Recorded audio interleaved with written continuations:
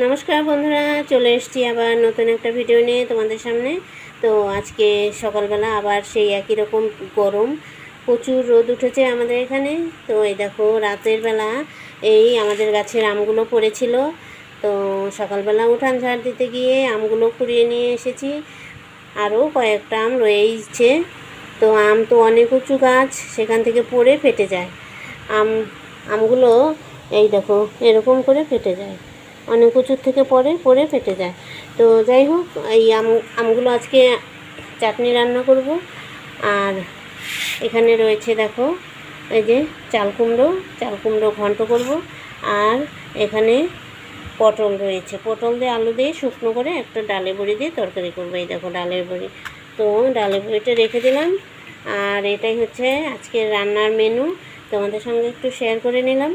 আর যেহেতু প্রচুর গরম, সেই জন্য তেল মশলা, মাছ মাংস এইসব আমরা একটু কমই খাই। তো হালকা পাতলা কিছু রান্নাবাড়ি করব আজকে।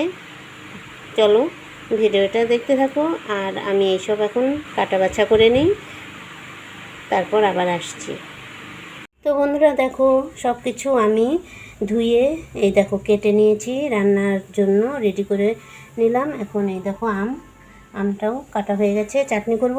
আর এইভাবে পাকা আম দিয়ে তোমরা চাটনি খেয়ে দেখো, ভীষণ ভালো লাগে। আর যেহেতু আমাদের গাছের আম, সেই জন্য আমি এর আগেও 2 দিন চাটনি করেছি, তো খেতে ভালোই লাগে। তো চলো আমি রান্নাটা শুরু করে দিই। কড়াই গরম হয়ে গেছে, কড়াইতে সাদা তেল দিয়ে দিলাম। এখন আমি ডালের বড়িটা ভেজে নেব।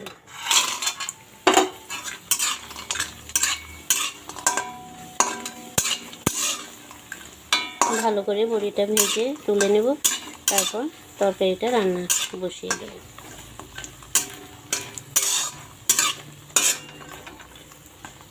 বড়িটা উঠিয়ে নিই। তো বড়িটা উঠিয়ে নিয়েছি, এর মধ্যে গোটা জিরে, তেজপাতা ফোড়ন দিয়ে দিলাম। আর এখানে কেটে রাখা আলু পটলগুলো দিয়ে দিলাম।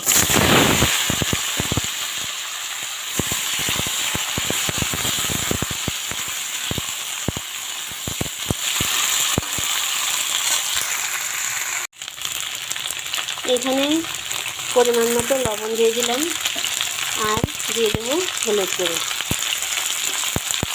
ভালো করে নেড়ে নেব।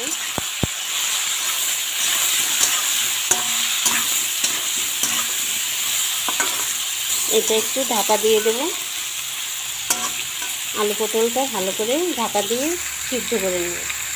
তো বন্ধুরা দেখো, আমি ঢাকা তুলে নিয়েছি, আর পটলটা একটু ভেজে নিলাম। তো ভালোই সিদ্ধ হয়ে গেছে। এখন আমি এর মধ্যে একটা মশলা করে রেখেছি, সেই মশলাটা দিয়ে দেবো। এখানে আছে কাঁচা লঙ্কা, আদা আর জিরা, এটা ঢেলে দিলাম। এটা দিয়ে একটু মশলা দিয়ে কষিয়ে নেব।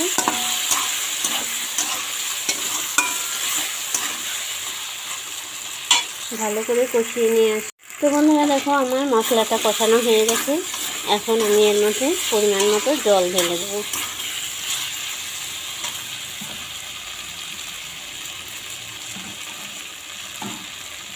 খানিকটা জল দিয়ে দিচ্ছি।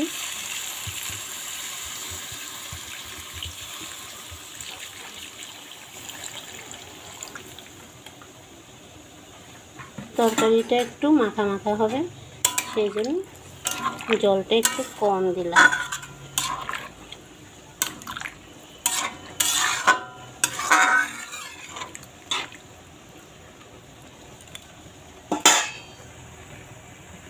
তরকারিটা হয়ে গেছে। এই যে দেখো, ডালের বড়িগুলো দিয়ে দিচ্ছি এর মধ্যে।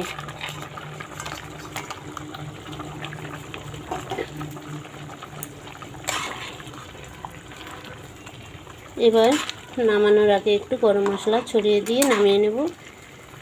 সবগুলো রান্না একবারে তোমাদের সঙ্গে শেয়ার করছি। তরকারিটা হয়েই গেছে, নামিয়ে নেব। গরম মশলা একটু দিতে হবে এখানে। তো তরকারিটা কালারটা ভালো আসছে। আমরা শুকনো লঙ্কার গুঁড়ো খাই না, তবু কালারটা ভালো আসছে। বন্ধুরা দেখো, আমার রান্না হয়ে গেছে। এই যে এখানে তরকারি, এখানে রয়েছে চাল কুমড়া ঘন্ট আর চাটনি, আর অল্প একটু কচুর শাক করেছি। তো রান্না শেষ আমার। এখন সবাইকে খেতে দেব। আর প্রচুর গরমে রান্নাঘরে থাকা যাচ্ছে না। কতক্ষণে এখন সবার খাওয়া হয়ে যাবে, তারপর রান্নাঘর থেকে বেরিয়ে যাব। তো বন্ধুরা, ভিডিওটা আমি এখানেই রাখছি। তোমরা ভালো থেকো, সুস্থ থেকো আর আমার সাথে থেকো। আজকের মতো টাটা।